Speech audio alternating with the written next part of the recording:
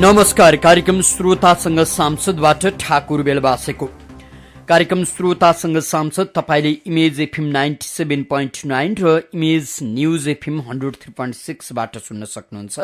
सँगै www.imagefm.com.np र www.imagenewsfm.com.np login गरेर पनि तपाईले कार्यक्रम श्रोतासँग सांसद सुन्न सक्नुहुनेछ। कार्यक्रम श्रोतासँग सांसदमा हामीले मुलुकको पछिल्लो राजनीतिमाथि केन्द्रित रहँदै व्यवस्थापिका संसदका एकजना सांसदसँग छलफल गर्ने गर्छौं। आज हामीले छलफलका लागि एकीकृत माओवादीका सांसद रामनारायण बिडारीलाई आमन्त्रण गरेका छौं। रामनारायण बिडारीसँगको छलफलमा तपाई पनि सहभागी हुन चाहनुहुन्छ भने हाम्रो स्टुडियोको टेलिफोन नम्बर 400656 मा फोन गर्न सक्नुहुन्छ। सहभागी श्रोता मित्रले छोटो तर्कसंगत एउटा मात्र प्रश्न बुझिने गरी राखिदिनुहोला र सँगै प्रश्नकर्ता श्रोता मित्रले कार्यक्रम सुनेर मात्रै प्रश्न गरिदिनुहोला। हामीसँग एकीकृत माओवादीका सांसद रामनारायण बिडारी हुनुहुन्छ। हाम्रो टेलिफोन सम्पर्कमा आइसक्नु भएको छ, उहाँलाई स्वागत गरौँ। बिडारीज्यू, यहाँलाई इमेज एफएममा हार्दिक स्वागत छ। धन्यवाद। अब संयोग मान्नुपर्छ, आज राष्ट्रिय एकता दिवस। यहाँहरूले त राष्ट्रिय एकता दिवसलाई मान्यता दिनुहुन्न क्या र? तपाईसँग पृथ्वीनारायण शाहको नाम लिनु उचित हुन्छ कि हुन्न कुन्नी? पृथ्वीनारायण शाहको मात्रै होइन, जम्मै शाहको नाम लिनलाई हुन्छ। पृथ्वीनारायण शाहले राम्रै काम गरेको हो भन्ने लाग्छ मलाई। ए, राम्रै काम गरेको हो भन्ने यहाँलाई लाग्छ? हो। भनेपछि त गजबको कुरा आयो। गजबको छैन, यो कुरै त्यही हो। के कारणले राम्रो काम गरे पृथ्वीनारायण शाहले? उनले नेपाल विभिन्न टुक्रा टुक्रामा भएको 24-22 राज्यहरू सहितको सबै चाहिँलाई एकीकृत गरेर विशाल नेपाल बनाए र त्यसको लागि सुरुवात पनि गरे, अझ बनाउन सकिने काम गरे। त्यसको लागि उहाँप्रति हामी मान्दछौँ। उहाँका सन्तानले गरेका कयौं चाहिँ सन्तानहरूले गरेका शासनको पो हामीले विरोध गरे हो। अब त्यही विशाल नेपालमा टेकेर जनयुद्ध गरियो र जात जातका नाममा राज्य बाँड्ने प्रयास गरियो। त्यही प्रयासको टाउको दुखाइले अहिले निल्नु न ओकल्नु भएको छ। यस कारण पनि अझ धेरै सम्झन्छौँ भन्ने त होइन नि? त्यो नै होइन। तपाईँले त एकदमै चाहिँ नि के अरे त्यसलाई कलात्मक ढङ्गबाट चाहिँ नि स्याटारिकल व्यङ्गात्मक ढङ्गबाट भन्नुभयो, तर वास्तवमा जात जातमा राज्य बाँडेको होइन र छैन र गरिन्न। खालि सबै जात जातिको नेपाल हो। नेपालभित्र धेरै जात जाति छन्, धेरै राष्ट्रियता छन् भन्ने कुराको पहिचानसम्म चाहिँ नि गरौँ न।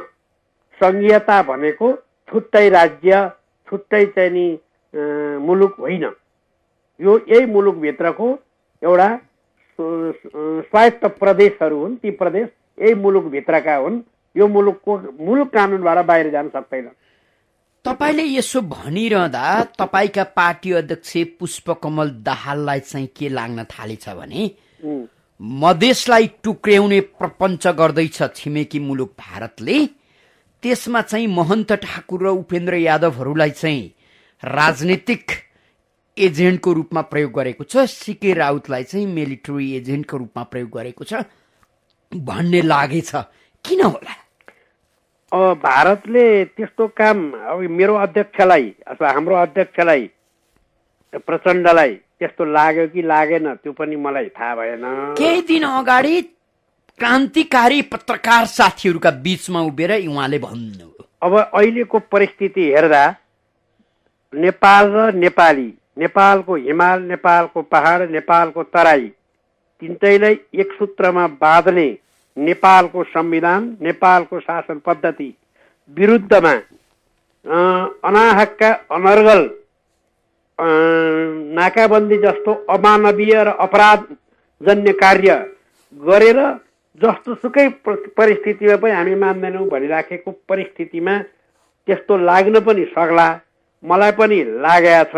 म त्यसकारणले यो भन्नु स्वाभाविक होला। अब भारतले त्यस्तो गर्छ कि गर्दैन भन्ने कुरा चाहिँ डिप्लोमेटिक कुरा भयो। भारतले नेपालको कुनै पनि भूभाग लिन तम्स्यो भने त्यो बिडारीज्यू अब नेपालको संविधान जारी भइसकेपछि मुलुकलाई नाकाबन्दी गराउने, संविधान च्यात्ने, जलाउने यो चाहिँ अपराधजन्य काम हो भन्ने लाग्छ तपाईँलाई? हो, तपाईँले अहिले भर्खर त्यो पनि भन्नुभयो नि, अपराधजन्य काम। नाकाबन्दी भन्ने छ नि, ब्लकेड भन्छन् नि, शत्रु राष्ट्रले शत्रु राष्ट्रलाई पनि गर्दैन, युद्धकालमा पनि गर्न पाइँदैन। राष्ट्रिय कानुन र अन्तर्राष्ट्रिय कानुन दुईटै कानुनले यो अपराध घोषणा गरेका छ। भनेपछि यो अपराधै हो, यो मानवीय कानुन विरुद्धको अपराध हो। मानवीय कानुन विरुद्धको अपराध। यो अपराध चाहिँ अब राजनीतिक रूपमा ट्याक्क देखिएको मोर्चाले गर्यो, मधेसी मोर्चाले, यही त हो नि। उसले त साबितै भयो। हामीले भन्यौँ भारतले नाकाबन्दी गर्यो, उनीहरूले भने होइन हामीले गरे हो भनेपछि उनीहरूले गरेका नै भनेर छाती पिट्दैछन्। अब यो मोर्चाको बिउ रोप्ने, अभिभावकत्व प्रदान गर्ने कुनै समय त्यही मोर्चामा बसेर अहिलेका प्रधानमन्त्री महोदयलाई मानसिक रूपमा उपचार गर्नु पर्यो लौन भनेर माइनोटिङ गर्ने काम त पुष्पकमल दाहालले गर्नुभएको थियो क्या र? मलाई सम्झना भएसम्म। यहाँलाई सम्झना छ कि छैन कुन्नी?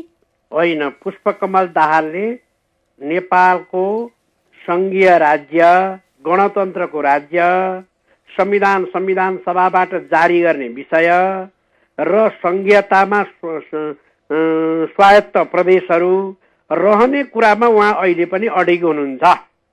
र मधेसी मोर्चाले खोज्यो के त भन्दा अहिले सग्लो काँक्रोको चिरो जस्तो चट्ट परेको सकला मिलेको प्रदेश भनेको एउटै मात्र चाहिँ समुदायको प्रदेश भनेको त्यही 2 नम्बर प्रदेश अथवा सप्तरीदेखि पर्सासम्मको प्रदेश हो। त्यस्तो प्रदेश बनाउँदा पनि उहाँहरूलाई चित्त नबुझेको कारणले गर्दा र पश्चिमपट्टिको केही थारू बस्तीहरू, थारूको बस्ती जस्तो नवलपरासीदेखि कैलालीसम्मका बस्तीलाई अलि नमिल्ने गरी बनाएको सम्मलाई सुधार गर्नुपर्ने, बाँकी कुरा चाहिँ त राम्रो छ नि भनिराख्नु भएको छ। त्यस कारणले अधिकारका निम्ति, संविधान जारी गर्नको निम्ति मधेसका तराईका जनता, पहाडका जनता सबैका अधिकार प्राप्त गर्नका निम्ति एकै ठाउँमा बसेर त काम गर्ने भने अहिले कमल थापासँग एकै ठाउँमा बसेर काम गरेर देखिरहनु भएको छ नि। त्यो त सत्तामा मिली भगत गर्न त ज्ञानेन्द्रसँग पनि मिल्नु होला नि कुनै दिन। होइन, ज्ञानेन्द्र र कमल थापालाई तपाईँहरूले छोइछिटो गरे होइन? होइन, कमल थापा र हेर्नु त अहिले सत्ताका लागि त यो मुलुकको सबैभन्दा अग्रगामी मान्छे कोही छ भने तपाईँहरूको लागि कमल थापा। त्यस्तो होइन, खालि राष्ट्रिय सङ्कट परेको बेलामा जस्तो चीनमा हामी भन्छौँ नि बेला बेलामा जापानले चीनलाई आक्रमण गर्यो, चीनमा चाहिँ नि माओ सेतुङ र च्याङ काय सेकको बिचमा युद्ध चलिरहेको थियो, दुईटा मिलेर जापानलाई धपाउने सल्लाह गरे। पहिला जापान धपाए भने जस्तै अहिले देशको राष्ट्रियतामा आँचा आएको, राष्ट्रिय सङ्कट भएको, स्वाभिमानमा ठेस लागेको बेला कमल थापाले काँध थापिदिए। होइन, कमल थापा यसो गरौँ न मान्यज्यू, यसो गरौँ न, यस्तो राष्ट्रिय सङ्कट आइलागेका बेला राजाको वकालत गर्ने, पूर्व राजालाई अब पुनस्थापना गर्नुपर्छ, राज संस्था फर्काउनुपर्छ भन्ने कमल थापालाई किन काँध थाप्न दिने? ज्ञानेन्द्रलाई नै बोलाम। हिजो मात्रै वक्तव्य जारी गरेर देश सिद्धियो भनेर चिन्ता जाहेर गर्नु भएको छ ज्ञानेन्द्र शाहले, उहाँलाई बोलाम। होइन, उहाँलाई पनि बोलाउने परिस्थिति आयो भने बोलाइन्छ। यो नेपालभित्रका नेपाली सबै राष्ट्रिय सङ्कटमा एक हुन्छु भन्यो भने कसलाई चल्न आइज भन्नु? हुन त बेला बखतमा आमसभाबाट खुसुक्क तपाईँहरूले प्रतिगामी बनाएका व्यक्तिहरूलाई बोलाउने गर्नुभएको छ के अरे दृष्टान्तका लागि। लोकमान सिंह कार्की काफी हुनुहुन्छ, दुर्जय कुमार राई काफी हुनुहुन्छ, सँगै अब दृष्टान्तका लागि खिलराज रेग्मीलाई पनि भुल्नु भएन। यी सबै कर्म तपाईँहरूकै पार्टी अध्यक्षले सार्वजनिक रूपमा प्रस्ताव राख्दै जानुभएको हो। कुनै दिन ज्ञानेन्द्र शाहको पनि प्रस्ताव उहाँले नै राख्नु होला। केही ठुलो कुरा छैन त्यो। कमल थापाको राजतन्त्र, कमल थापाको चाहिँ नि हिन्दू धर्म, कमल थापाका चाहिँ निरङ्कुश निर्दलीय शासन, ज्ञानेन्द्रका अपराधपूर्ण पहिलाका कार्य अहिले पनि हामी उत्तिकै बराबरी विरोध गर्दछौँ।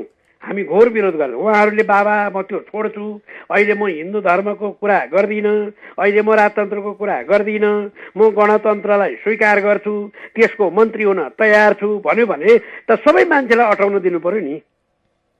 ए कस्तो उदार हुनुभयो, कति धेरै उदार के तपाईँहरू पछिल्लो समयमा। होइन, उधार हुने भनेको के हो भने हामीले चाहिँ नि गणतन्त्र छोडेर राजतन्त्रमा गएको त होइन नि, राजतन्त्र छोडेर गणतन्त्रमा कमल थापाजी आउनु भयो। मान्छेहरू त्यस्तै त्यस्तै भन्छन्। अब कमल थापा र पुष्पकमल दाहालको अनुहार एउटै देखिन थाल्यो भन्नेहरू पनि देखिन थाले। अनि अब जनयुद्ध गरेर नेपालमा पहिलोपल्ट संविधान सभाद्वारा संविधान घोषणा गराउने प्रचण्ड, अब देख्नेले चाहिँ यो चाहिँ नि संविधान सभा गर्नुपर्छ भन्नेलाई गोली हानेर सिद्ध्याउनुपर्छ भन्ने अहिले तपाईँले नाम लिएको, अब उस्तै देख्ने मान्छेलाई के भन्नु सकिन्छ र? मान्यज्यू अब संविधान राम्रो बनाउनु भएको छ हो?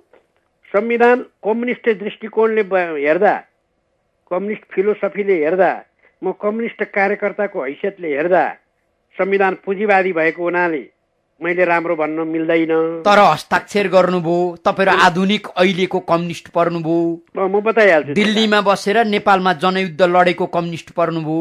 हामीले प्रश्न भन्यौँ अहिलेको संविधान पुँजीवादी संविधान हो। पुँजीवादी संविधान संसारका अनेक मुलुकमा छन्। ती अनेक मुलुकका पुँजीवादी संविधान भन्दा हाम्रो देशको संविधान उत्कृष्ट भयो। यस्तै संविधानमा टेकेर कमाउन पाइन्छ। यो संविधानमा ट्याक्क टेकेर जनयुद्धको मर्म अनुसार साम्यवाद समाजवादमा फड्को मार्ने हो ठाकुरजी।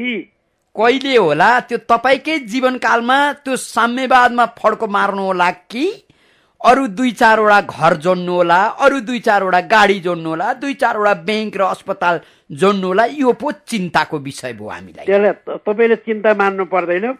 पञ्चायती संविधानमा टेकेर बहुदलमा फड्को मार्यौँ, बहुदलमा राजतन्त्रमा टेकेर ड्याममा टेकेर गणतन्त्रमा फड्को मार्यौँ, अब यसमा टेकेर हामी समाजवादमा फड्को मार्छौँ। अनि टेक्नका लागि आधार भूमि पनि चाहियो। जनयुद्धमा जाँदाखेरि त दिल्लीमा टेक्ने आधार भूमि थियो, अब कहाँ टेक्ने होला?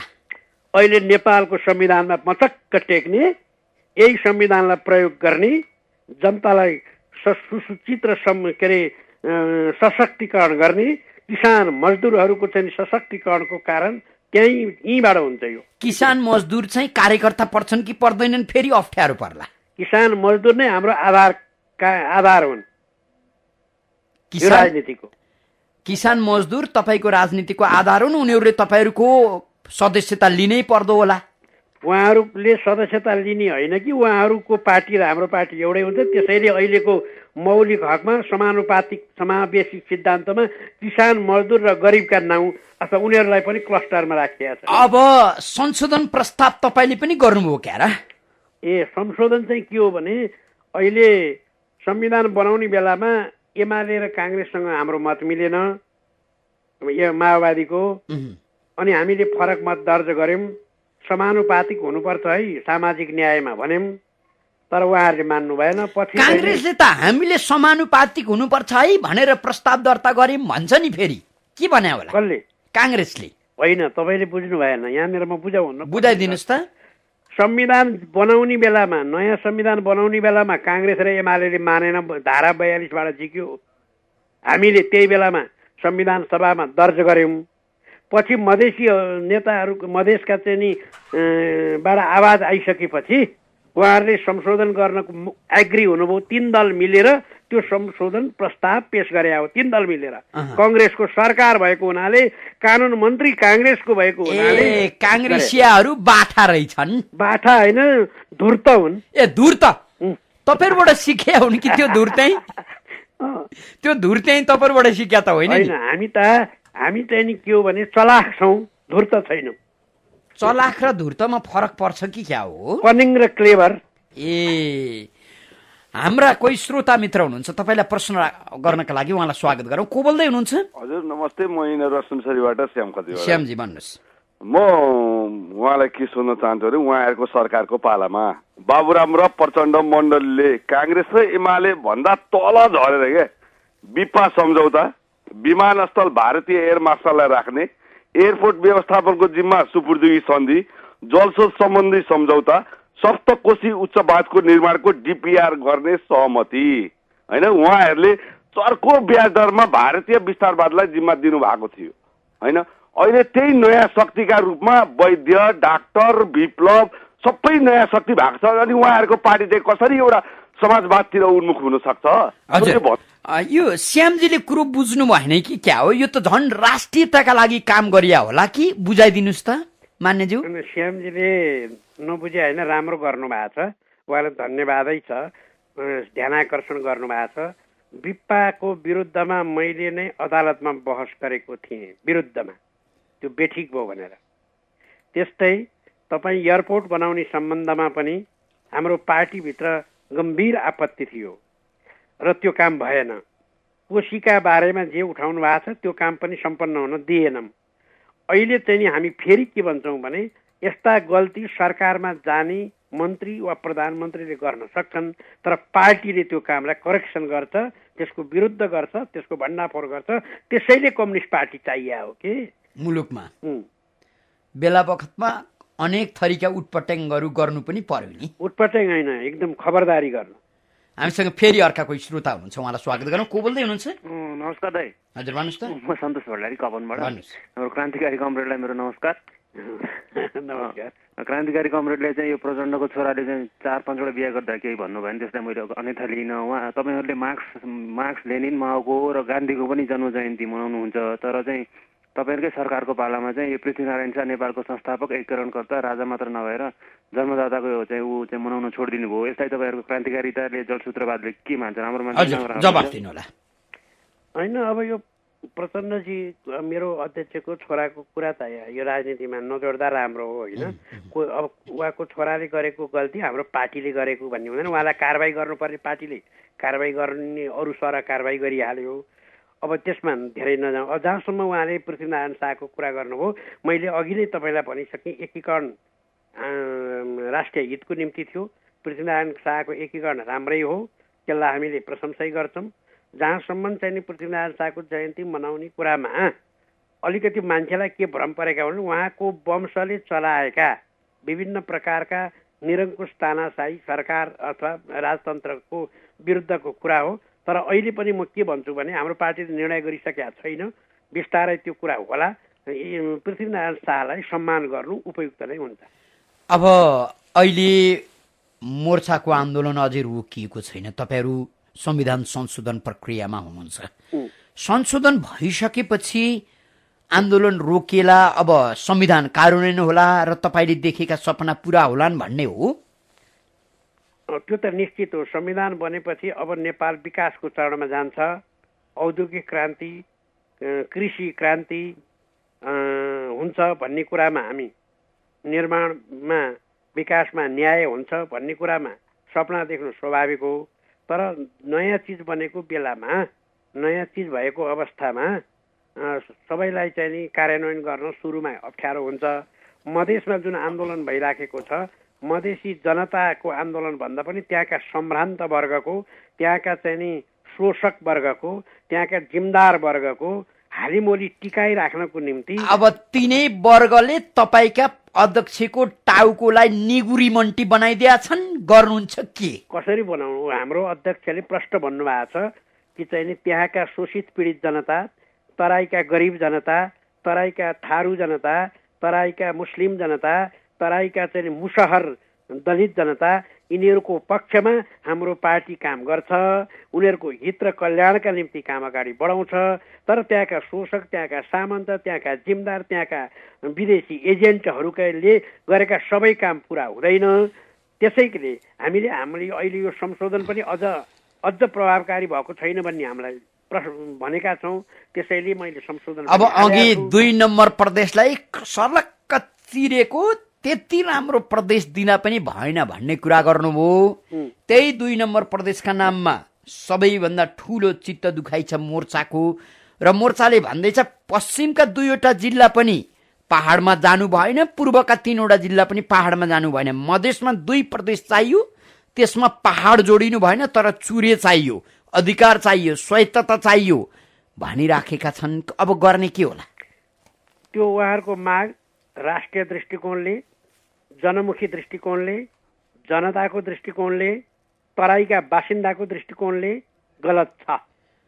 त्यसकारणले त्यो उहाँहरूको सबै कुरा प्राप्त हुन्छ भन्ने छैन।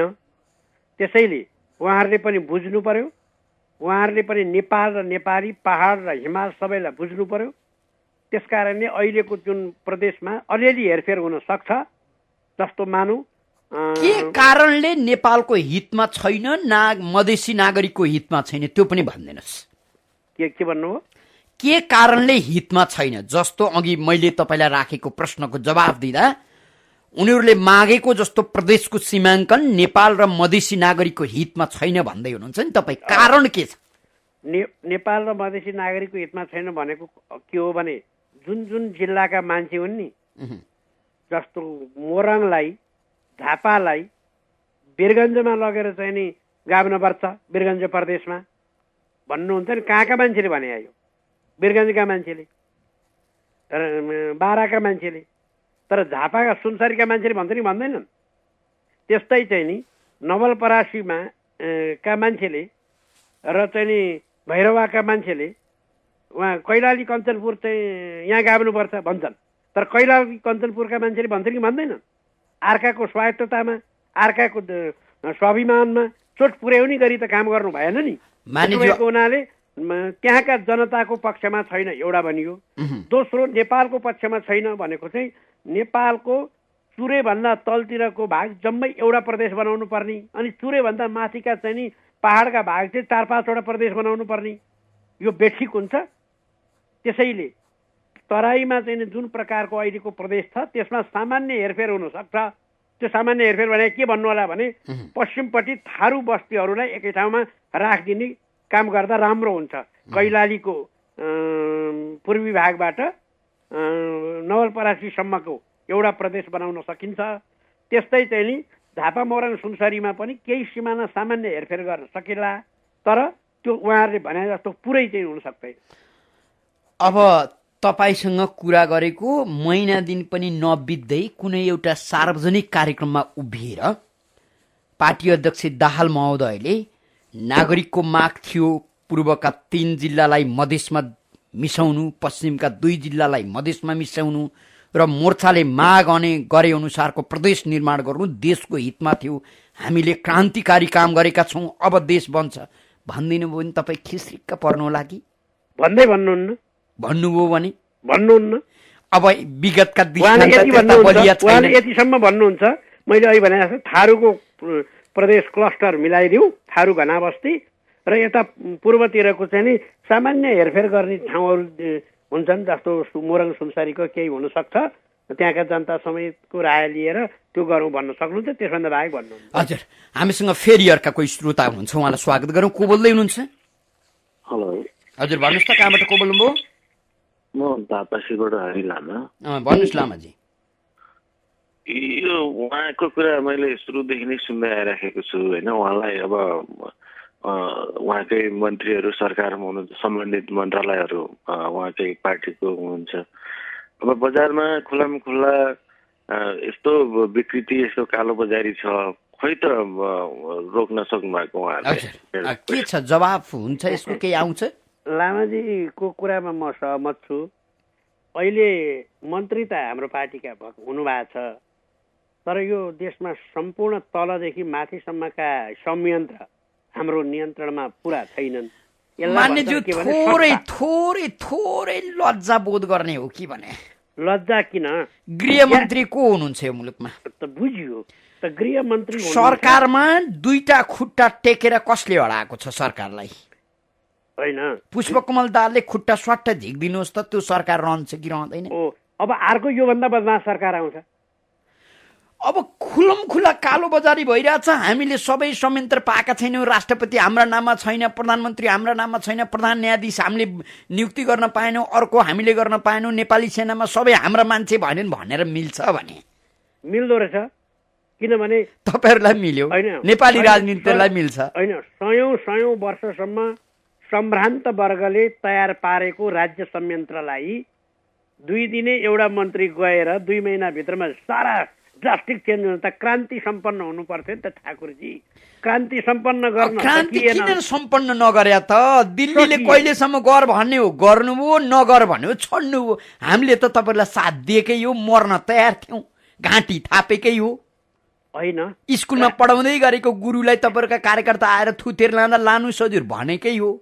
छोराले बाउको घाँटी रेटिरहँदा टुलु टुलु हेरेर बसेकै हो। अनि हामी नेपालका चेलीलाई बलात्कार गरेर फलामको रड चाहिँ नि योनिमा घुसारेर मारेको चाहिँ किन भन्नुहुन्न नि? त्यो कसले पनि गरेको थियो? कुन शासनले गरेको थियो? कति गरे यस्तो? माओवादीले 5 जना त्यो मारे भए राज्य पक्षले वा तपाईँको त्यो बेलाको सरकारले कतिलाई मार्यो? कसरी मार्यो? 20,000 मान्छे गायब, अहिलेसम्म बेपत्ता। तपाईँको सरकार, यी कुरा छोडिदियो। तपाईँका विशिष्ट नेताहरू सरकारमा गए किन नखोजे ती हराएकालाई? त्यसैले बलशालीलाई मात्रै राजनीतिक क्षतिपूर्ति दिएर हुँदैन होला। त्यही खोज्ने काममा, त्यही गर्ने काममा प्रयास गरिराखेका छौँ। अब प्रयास सफल हुन नि सक्छ। हजुर, हामीसँग फेरि अर्का कोही श्रोता हुनुहुन्छ। को बोल्दै हुनुहुन्छ? हेलो हजुर, नमस्कार अतिथिज्यू। हेलो नमस्कार अतिथिज्यू, म गङ्गा प्रसाद शर्मा नेपाली। नमस्कार हजुर। धेरै कुरा सुनियो हजुरको। नेपालको संविधान कहिले लागू हुन्छ, राजनैतिक अधिकारको नाममा हुने राजनीतिक अपराधीकरण कहिलेसम्म कसरी रोकिन्छ, तपाईँ र तपाईँको पार्टीले यसमा के भूमिका निर्वाह गर्छ, जवाफ दिनुहोस् त।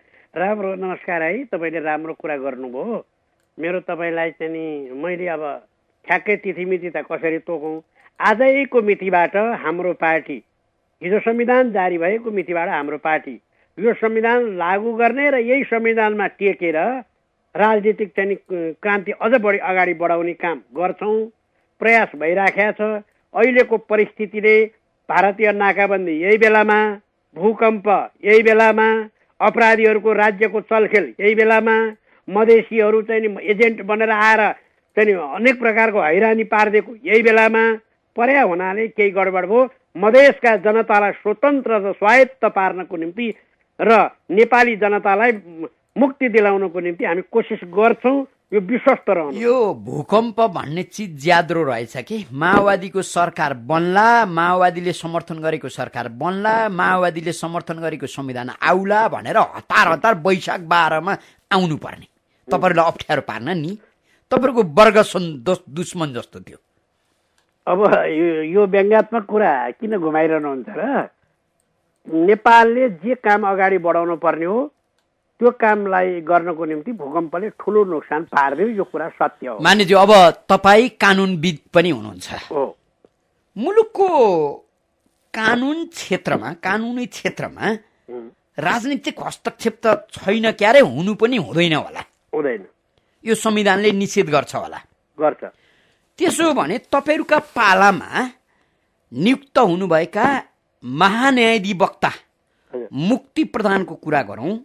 उहाँले उज्जन कुमार श्रेष्ठको हत्याका अपराधीलाई कारवाही गरी पाऊँ भनेर दौडिएकी सावित्री श्रेष्ठलाई बहसमा के भनिदिनु भएको छ भने, बे गरेर अर्काको घरमा गइसकेकी छोरीले आफ्ना दाजुभाइको हत्याका बारे मुद्दा बोकेर हिँड्नु मिल्दैन, यो कानुन विपरीत काम हो भनिदिनु भएको छ। त्यो राजनीतिक पूर्वाग्रहले माओवादीले नियुक्त गरे भएका कारणले दलप्रतिको सोझो हुन दिएको अभिव्यक्ति होला कि कानुन सङ्गत होला?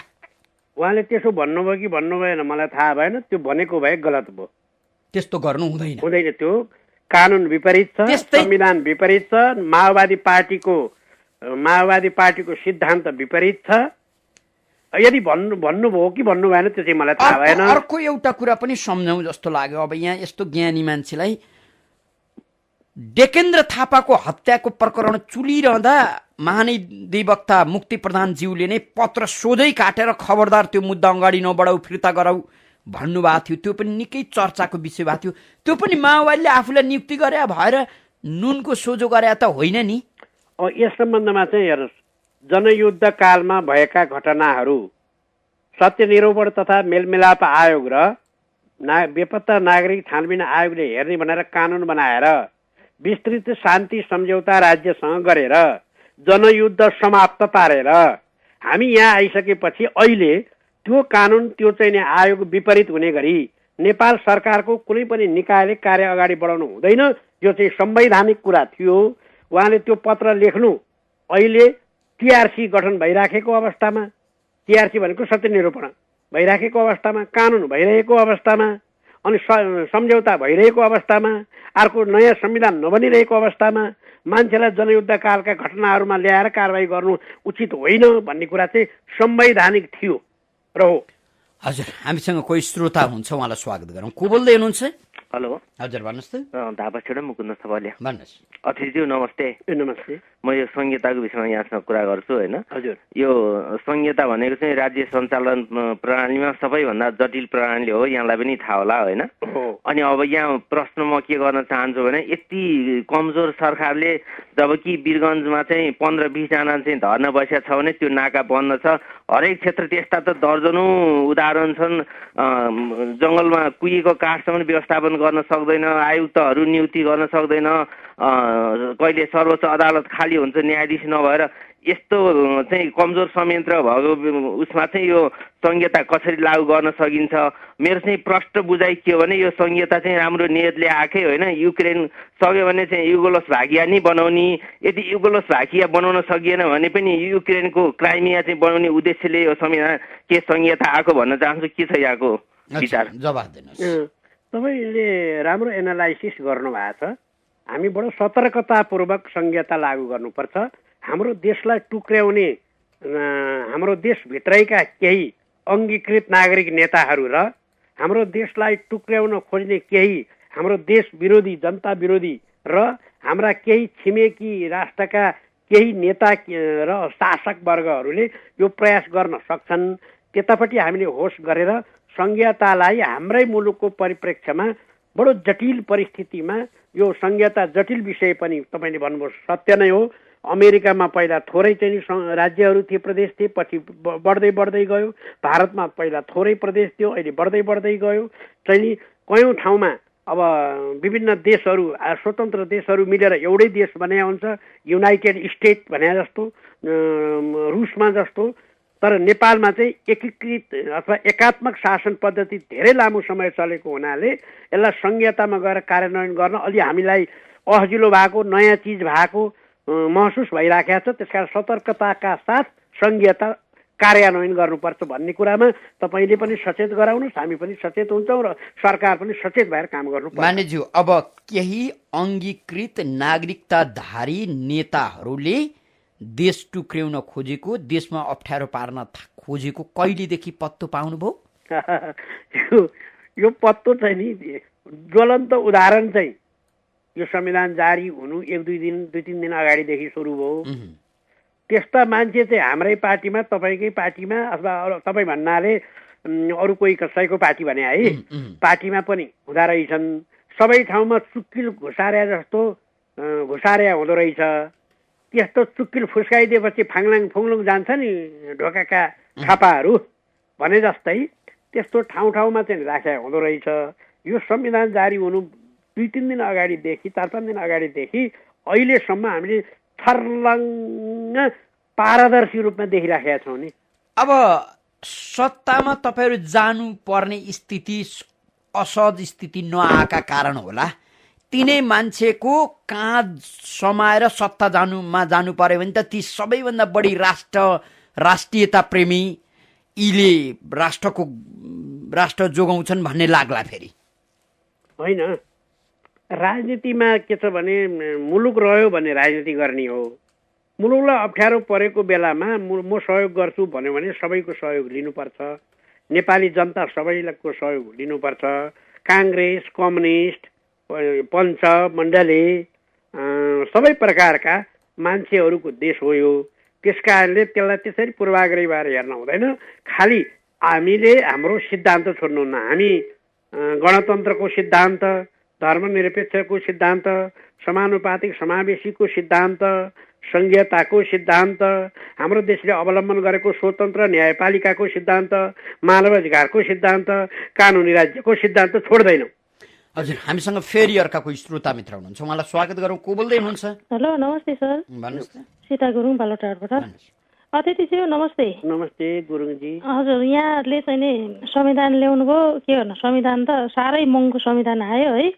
यो छ नि, यो अहिले छ नि, यो तराईमा आन्दोलन भइरहेको छ, यो पूर्वमा लिम्बुवानको आन्दोलन हुन्छ, हरेक किसिम हुन्छ। यसको जिम्मेदारी चाहिँ नि गिरिजाप्रसाद कोइराला र प्रचण्डले लिने कि नलिने? किनभनेदेखि यो जवाफ दिनु होला। होइन सीताजी, बडो राम्रो कुरा गर्नुभयो। हाम्रो नेता, जनयुद्धका नायक, अहिलेको नेपालको राजनीतिमा जल्दो बल्दो चाहिँ नि भूमिकामा रहनुभएको कमरेड प्रचण्डले सबै कुराको जिम्मेवारी लिनुहुन्छ। उहाँ पन्छिनुहुन्न। किनभने यो देशमा गणतन्त्र ल्याएको, यो देशमा चाहिँ नि अहिलेको चाहिँ नि संविधान आएको, संविधान सभाले संविधान बनाएको, नेपाली जनताले यति बोल्न ढुक्कसँग पाएको, नेपाली जनतालाई अधिकार प्रदान गर्न चाहिँ नि यहाँसम्म ल्याएको, यो त प्रचण्डले जिम्मेवारी लिनै पर्यो। लिनै पर्छ। यसकारण म तिम्रो जातलाई यहाँदेखि यहाँसम्मको प्रान्त दिन्छु, प्रदेश दिन्छु, तिमीलाई यसो गर्छु भनेपछि त्यो पनि त दिनु पर्यो नि। अहिले किन पछाडि हट्या? होइन, त्यस्तो दिन्छु भनेको होइन, तिमीहरूको पहिचान सहितको अधिकार हुन्छ भनेको हो। सबै राष्ट्रियताको, सबै जात जातिको पहिचान हुन्छ सबैका। जस्तो अहिले भएको छैन त, तपाईँले अहिले लोसार किन दिइरहनु भएको छ? तपाईँले अहिले किन चाहिँ नि विभिन्न प्रकारका चाहिँ नि संस्कृतिहरूको चाहिँ झल्किने प्रकारले रेडियोमा बजाइरहनु भएको छ? हिजो पञ्चायत र बहुदलमा त थिएन नि त त्यो। हिजो 63 सालभन्दा अगाडि त थिएन नि त। अहिले गोर्खापत्रले किन चाहिँ नि पुरा चाहिँ नि विभिन्न भाषामा चाहिँ नि पानाहरू छुट्याएको छ? अहिले रेडियो नेपालले किन विभिन्न भाषामा चाहिँ नि आफ्नो चाहिँ नि कार्यक्रमहरू प्रसारण गरिराखेका छ? अहिले चाहिँ नि विभिन्न चाहिँ नि वेशभूषा र संस्कृति र धर्म परम्परामा बिदा दिने चलन किन भइराखेको छ? यो त पाएको छ नि त। यही हो पहिचान भने। अब प्रदेशको नाम के राख्ने भनेर त्यही प्रदेशका जनताले जानुन् भनेर संविधानमा लेखिदिएको छ। हजुर, हामीसँग फेरि अर्का कोही श्रोता हुनुहुन्छ, उहाँलाई स्वागत गरौँ। को बोल्दै हुनुहुन्छ? नमस्कार हजुर। भन्नुहोस् त। नासिर खान, यो विक्रम सम्वत 2072 साल र इस्वी सम्वत 2016मा काठमाडौँ नेपालका नागरिकहरू भोकै बसेका छन्। बिरामीहरू औषधि नपाएर मरेका थुप्रै छन्। यो जिम्मेवारी अध्यक्ष प्रचण्डले लिनुहुन्छ कि हुँदैन? तपाईँले राम्रै कुरा गर्नुभयो। यो हेर्नुहोस्, नेपाल भूपरिवेष्टित देश हो। हाम्रो तीनतिर भारतले घेरेको छ। एकतिर विशाल हिमाल, पहाड हिमालले घेरेको छ। चीनमा जान धेरै टाढा छ। धेरै लामो समय शासन अर्कैले गर्यो। भारतसँग दलाली गरेर, गुलामी गरेर भारतसँग मात्रै व्यापार गर्ने गरेछ। चीनसँग कुनै दौत्य सम्बन्ध राम्रोसँग राखेको व्यापार गरेको रहेनछ। यो काम चाहिँ नि कहिले थाहा भयो भन्दा भूकम्प र नाकाबन्दी भएपछि थाहा भयो। अब त्यो कामलाई कार्य अगाडि बढाउनको निम्ति प्रचण्ड रात दिन लाग्नु भएको छ। अहिले त्यही काममा रात दिन लाग्या भएर चीन नेपालको केरुङ नाका यति सहजै सुचारू भएको होइन। अब तपाईँको सजिलोसँग चाहिँ नि भन्नलाई त सजिलै होला। अब यो सयौं वर्षसम्म गरेका काम कुरालाई भत्काएर नयाँ चिज गर्न टाइम लाग्ने। पुष्पकमल दाहालले निरन्तरता त दिनु भएन। चीन भ्रमण गरेर आइसकेपछि हतार एयरपोर्टमा माफी मागेर मेरो पहिलो भ्रमण त भारतै हुनेछ, औपचारिक रूपमा अनौपचारिक रूपमा यसो गइदिएर आएको भनेर भन्नुभयो। यो अहिले प्रधानमन्त्री केपी ओलीलाई खबरदार पहिला भारत भ्रमण गर है भनेर उस्काउँदै हुनुहुन्छ। अनि यो पनि डिप्लोमेसी हो, यो पनि कूटनीति हो। भारतसँग हामीले न्यू खोज्दाखेरि नेपाली जनतालाई अहिले के दुःख पाइरहेको छ, भारतले के गर्दिरहेको? तपाईका अध्यक्ष पुष्पकमल दाहाल यो हिन्दू धर्मका कृष्ण जस्तो हो कि क्या हो? जे गरे पनि राम्रो मात्रै देखिने, दही चोरेर पोखे पनि राम्रै देखिने, 1600 गोपिनी राखे पनि राम्रै देखिने, उटपटाङ गरे पनि राम्रै देखिने। कृष्णका लीला। अब चाहिँ पुष्पकमल दाहालका लीला भनिदिउँ बरु। होइन, उहाँले गरेका गल्ती यो गल्ती भयो भनेर भनेपछि त्यो गल्ती सही छ भने त पुष्पकमल दाहाल प्रचण्डले आफैले माफी माग्नुहुन्छ नि। मलाई किन केरकार गर्नु पर्यो तपाईँहरूले? म त उहाँको पार्टीको एउटा चाहिँ नि मेम्बर हो। पुष्पकमल दाहालले गल्ती गरेको तपाईँ जनताले भनेपछि उहाँलाई सजाय दिने जनताले हो। उहाँलाई चाहिँ नि के अरे चाहिँ नि गल्ती औल्याइदिएपछि उहाँ आफैले माफी माग्नुहुन्छ। मैले हेर्दा धेरै ठुलो गल्ती गर्नु भएको छैन। सानातिना मजौला गल्ती काम गर्दै जाँदा यत्रा दौरानमा भयो होला। मानिज्यू, अब देश कस्तो हुन्छ? तपाईँको आँखाको देश कस्तो छ? अब हामीले तराईको समस्यालाई समाधान गरिसकेपछि हाम्रो देशमा औद्योगिक क्रान्ति र कृषि क्रान्तिका काम सुरु गर्नुपर्छ। नेपालका नेता ठिक छैनन्, मेरो पार्टीका नेता पनि सबै ठिक छैनन्, कोही ठिक छन् कोही ठिक छैनन्, विलासितामा झुकेका छन्, भुलेका छन्। हाम्रो संस्कार संस्कृतिमा चाहिँ नि हाम्रो आचरण व्यवहारमा परिवर्तन भएको छ। शोषक सामन्त र पुँजीपति र सम्भ्रान्त वर्गको प्रभाव परेको छ। यसलाई अब चाहिँ नि पार्टीभित्र पनि हामीले हल गर्नुपर्छ, पार्टीभित्र पनि चाहिँ नि सफा गर्नुपर्छ। मुलुकमा भएका अपराधीहरू, मुलुकमा भएका तस्करहरू, मुलुकमा भएका अपराधीका समूहहरू, तिनीहरूलाई पनि के अरे ठिक बाटोमा ल्याउनुपर्छ। यी सबै काम गर्ने जटिल परिस्थिति छ, मिलेर काम गर्नुपर्छ। केही वर्ष नेपालमा धेरै प्रचुर मात्रामा विकास सम्भावना छ। नेपाल संसारकै 1 नम्बरको चाहिँ पर्यटन स्थल हुन सक्छ। नेपाल संसारमै धेरै विद्युत उत्पादन गर्ने मुलुक हुन सक्छ।